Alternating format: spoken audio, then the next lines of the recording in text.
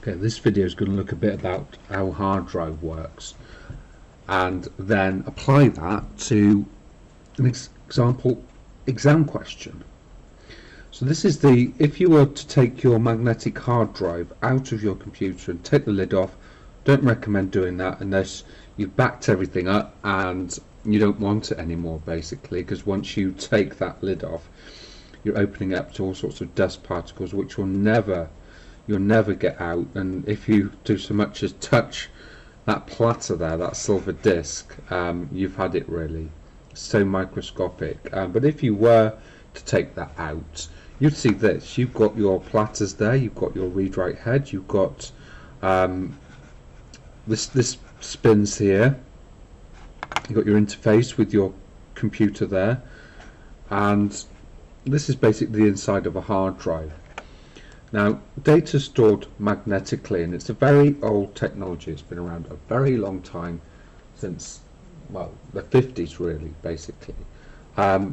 Nowadays we have solid state drives as well, and they're completely different to this, and that's covered in another video. But this is the magnetic hard drive, and inside I've got my disk, I've got my tracks, I've got thousands of these, I've got sectors, and this was the head that reads it, and I've usually got a few platters there and read-write heads on there. Okay, so this head is reading the tracks there.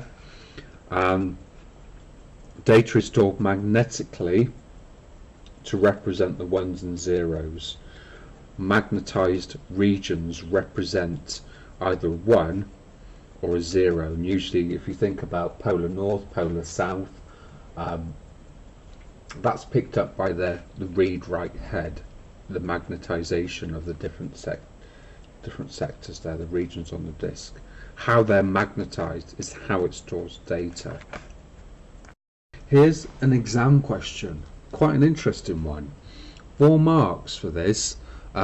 Explain how a magnetic hard drive operates. There's so much you could write here. There's loads. You could get way beyond 4 marks for this question, but obviously you're going to get any more than that. But you could write way beyond. If you think each point is worth a mark, I could write 8 points there quite easily. But you do need to limit that, because you think you haven't got a lot of time, and yes, you might want to write loads about that, but you only need four correct points to get 4 marks for this question, and you should get 4 marks for this question. Okay, so here's the first part of my response. A hard drive contains multiple platters. Each platter is divided into sectors. That gives me 1 mark. For my second mark, I've written read-write heads move across the spinning disk or platter.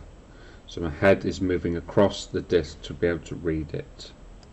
For my third point, I've written data is stored magnetically and written to the disk by magnetizing regions.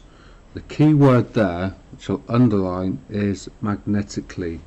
You must say for a question like this that data is stored magnetically. That's the whole essence of this disk. That is, that data is stored magnetically. It is very different to the solid state drive, which I'm going to cover in another video. Right, and the final point, please excuse my handwriting. I did try to write neatly, but it wasn't going to happen really. The final point says the platter spins at between 7,200 and 10,000 RPM. So disk is spinning very, very fast between 7,200 and 10,000 RPM, and that is 4 points and 4 marks. Okay, for that question. Other things that you could have written there, data is organized in concentric rings called tracks.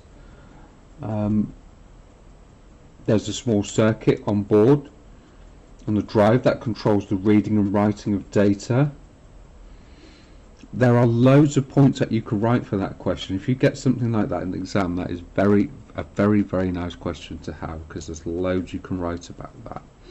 But just be aware that the key word there is magnetically, and that's the whole essence of this. It is very different to a solid state drive, very different to an optical drive.